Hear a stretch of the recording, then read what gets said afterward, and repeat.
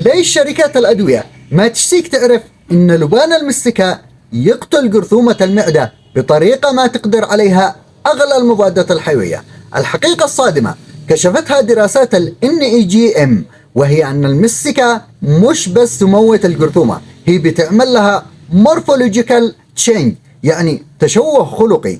وبالمجهر الإلكتروني اتضح أن لبان المستكة يفتت أحشاء البكتيريا ويجبرها على أنها تفقد شكلها الحلزوني وتتحول لكرات ميتة وعاجزة.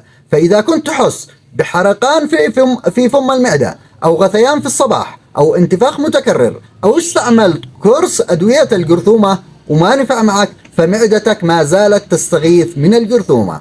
فالحل جرام واحد يوميا من المستكة الأصلية، فالأحماض الرتنيجية اللي فيها تجرد الجرثومة من غلافها القوي وتتركها فريسة سهلة لمناعتك.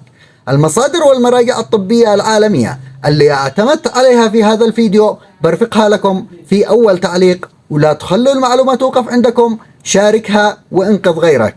ودمتم سالمين، تابعني للمزيد عشان صحة حديد.